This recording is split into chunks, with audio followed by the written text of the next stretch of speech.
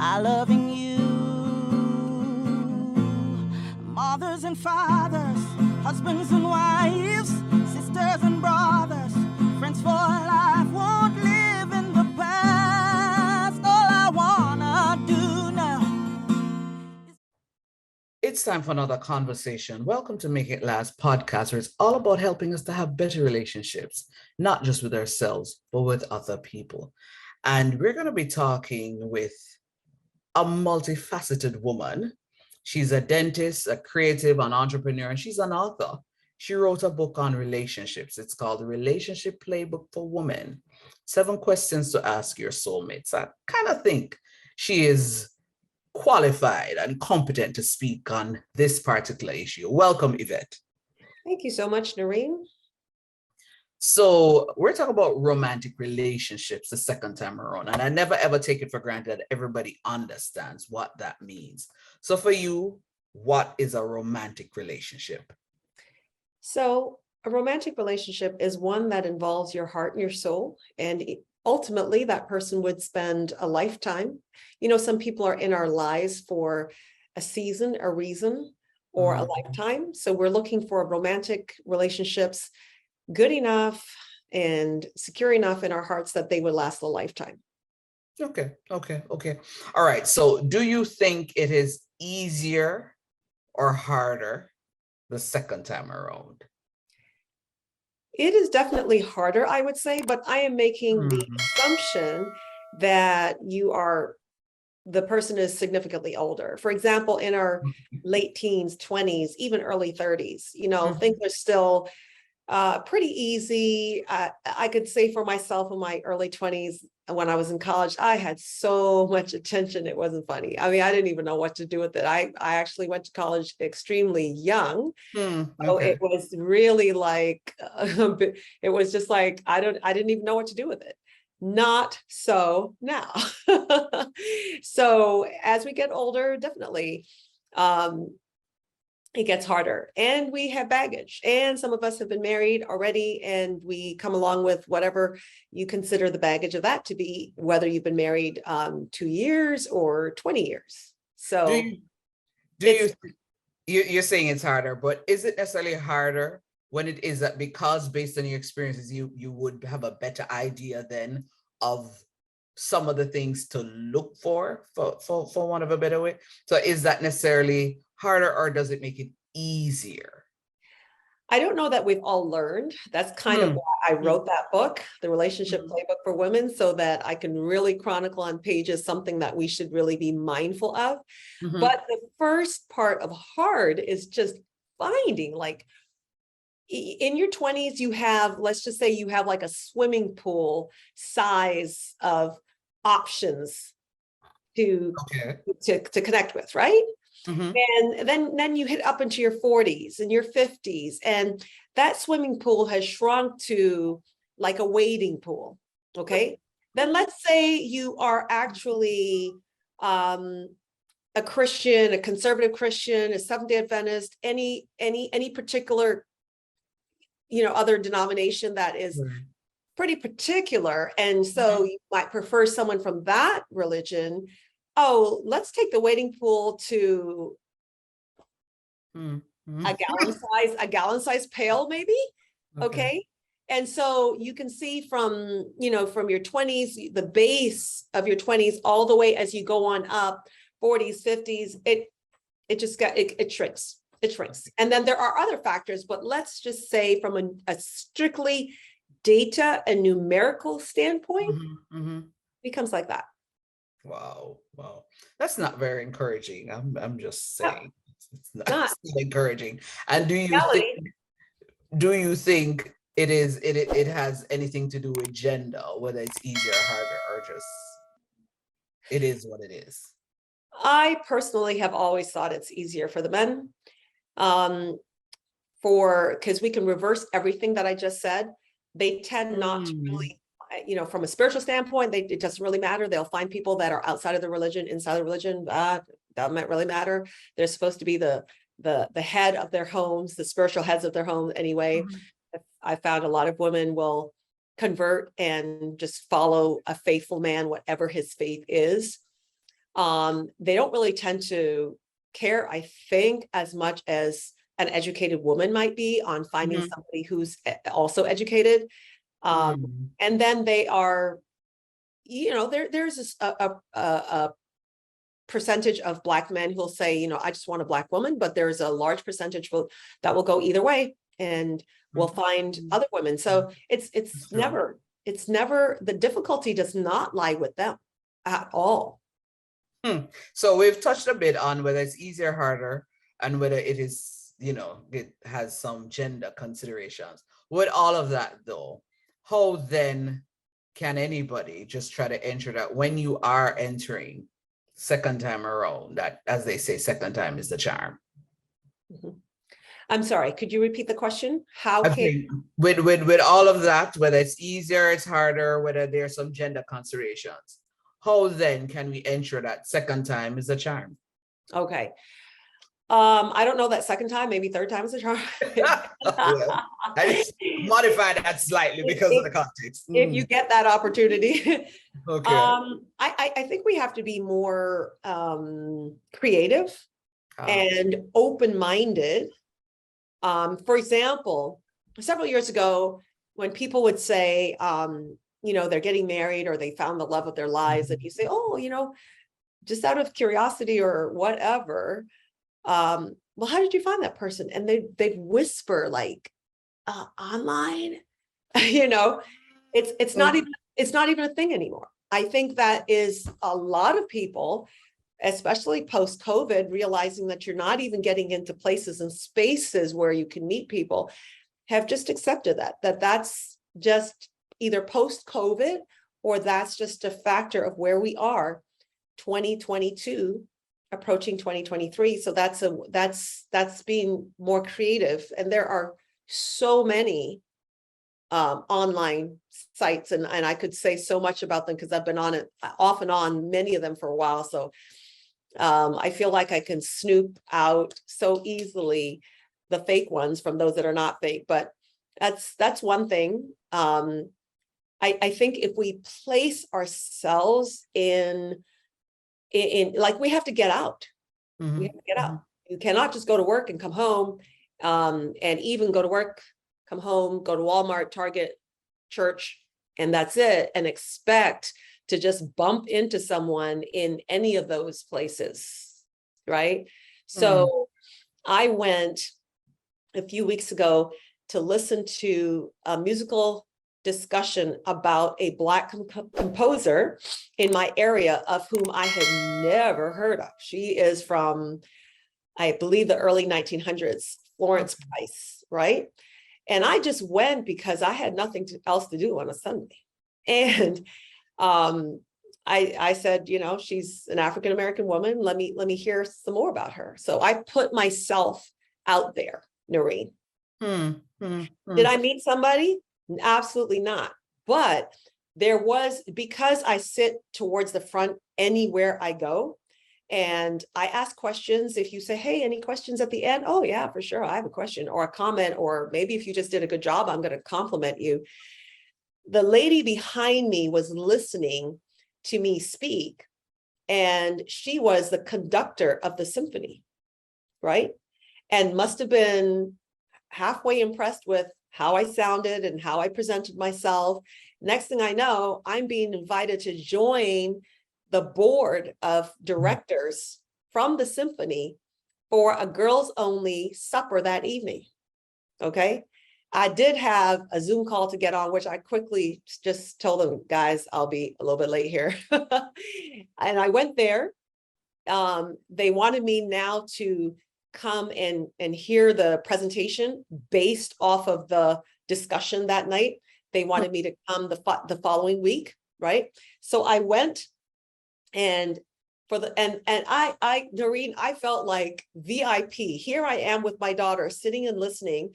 Somebody from that dinner says, oh, hi, Yvette, so nice seeing you. I'm so glad you could come. She, the conductor, when she was finished, she comes down to me, right? And is chatting up with me. She introduces me to another doctor who is high up in my little small town, and so on and so forth. And I'm like,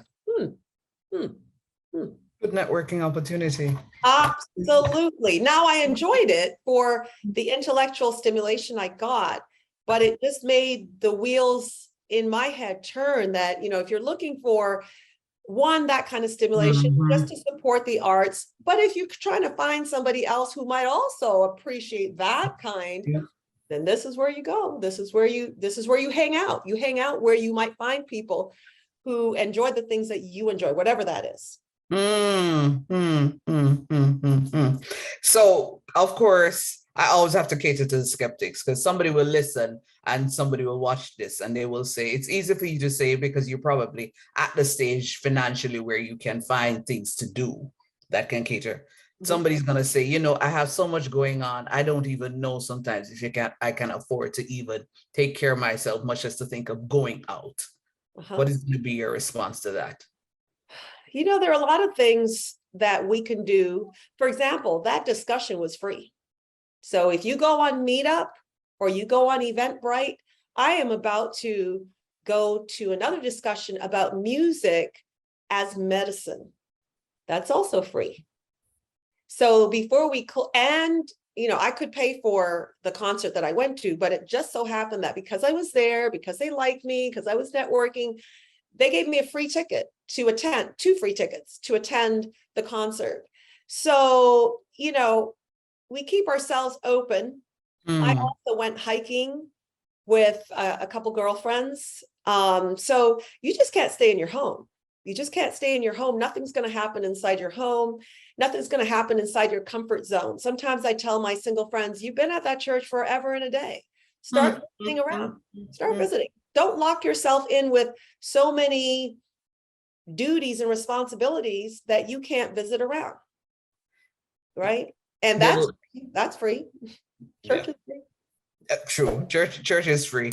There are a lot of people who will also think, I've been hurt so badly. I think at this point, I just want to maybe focus on whether I have a family, I just want to focus on being comfortable with where I am now, and probably I'm still healing. Yes. What is your response to that? And we're going to get that response right after we take a break and get a word from our partners. I loving you, mothers and fathers, husbands and wives, sisters and brothers, friends for life, won't live in the past. All I wanna do now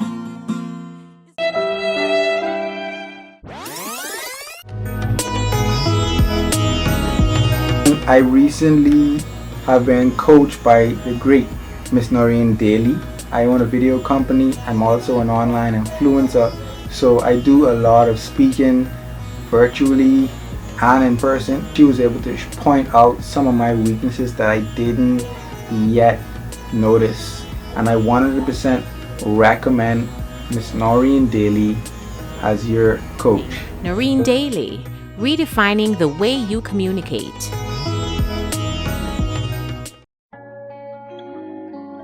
Langdo Language Institute was created to meet your language and communication needs. All of our packages were created just for you. We are passionate about language and dedicated to your success. We offer the CSEC English program, the Study Body program, the Get Ahead with English program, and the Business Communication program. Contact us at 767-285-0938 or email us at langdolanguage@gmail.com. Langdo Language Institute was created to meet your language and communication needs. All of our packages were created just for you. We are passionate about language and dedicated to your success. We offer the CSEC English program, the Study Body program, the Get Ahead with English program, and the Business Communication program. Contact us at 767-285-0938 or email us at langdolanguage@gmail.com. Because the real question is, how can we help you?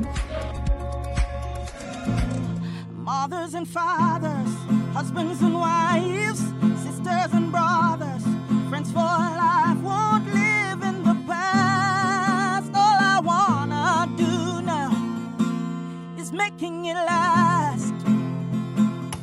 So just before we went on a break, I was basically asking Yvette, for those who basically will be saying, I've been burnt badly. I don't know if I really want to go through this again. What's your response to that? You're not ready. That's fine. Just not ready. Continue healing, or if you're okay and you don't want to take the chance, because when you get to know a person, there's always the chance of wonderful success as well as tremendous failure. And that's life, really. That's life if you're taking a job. That's life if you're going visiting. You visit a country, it's like, I thought Rome was going to be all that. It's not. Or Tobago, I'm sorry, I don't mean to step on anybody's toe. But, you tried new food. It's like, I thought that was going to be good, but I don't like injera bread after all. I prefer like a cocoa bread or something like that. That, of course, that's really, really small in comparison to really giving yourself and making yourself emotionally vulnerable and naked as you try to get to know a person, that's on a much larger scale, but you have to know within your heart. And this is where sometimes I believe that sometimes women are a little bit more resilient, because I find in my experience, we're ready, okay, so it didn't work. We still have to take care of the kids. We still have to live. We still want a man, and sometimes I feel, and maybe men could correct me, I could very well be wrong, but sometimes I feel if a man has really loved hard, they will give of themselves. You know what I mean? They'll give of themselves, but not really maybe their heart. They might, they've been there, done that, or they might be just circulating and floating around, and they're never just going to land because of that hurt. I could be wrong. I'm not a man, but it's just, living years on life and what I see and what I hear. How do you know when you're ready, though, to really say, hey, I'm ready to do this again? That's a really good question, Noreen, because, and which really takes an individual introspective, subjective answer and response. Because I feel if you still have a lot of hurt, a lot of anger, a lot of unresolved issues with your past, and that past could be way back past. I'm talking about, like in my book, I say, really get to know a person on a relationship level from their DNA level, right? Because as we get older and we travel and we move, we remove the chance of, like, our parents growing up in the same city, village, town, where I know everything about him. He knows everything. I know his family, da, da, da, da. We're not going to have that. We have such mobility in the world right now. So then you have to ask questions, not in an interrogative way, but you really have to ask questions. And what you're really asking for, in addition to just raw facts, it's just, are you ready? I know she cheated on you, right? I know he maybe cheated on you, or, either way, or maybe you were hit or abused. Like, have you processed and healed from that? So you're ready to not take brokenness, but hold into a relationship. So I think it's work that we should do on ourselves so that it's fair to the other person what we're giving them. And I think we should be wise to really listen carefully as we ask some of these questions of the person that we have interest in. For example, a guy I was speaking to briefly, he told me, when he told me his life story, and I wasn't even really, probing, but just being a good listener and being empathetic, he just poured out and shared. And I was like, my goodness, you got abuse in your family, physical abuse primarily. So then I want to know how he feels towards that father. The father is alive. The father is around. I want to know if there's still anger when he shares his story. When he retells his story, what am I hearing? What am I feeling? That gives me my cues as to whether or not I feel that he's really healed, or if that man came by, he just want to smack him. You know, I also want to know, how do you resolve anger now? You know, because if we joined and came into a household and you really got upset about something, you grew up in violence, very different from my family. You know, there wasn't any of that at all, not only in my immediate family, but for the most part in my extended branches on both sides. So I don't have that. But he has that for 14, 15, 16, 18 years. He's seen that, right? So I'm really, really curious to know, how do you resolve conflict now?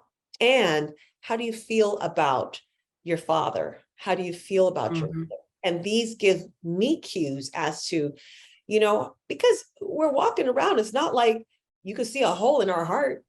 Yep. Right? Yep. It's not like we have a limb gone or something like that based on what we've gone through. Not at all.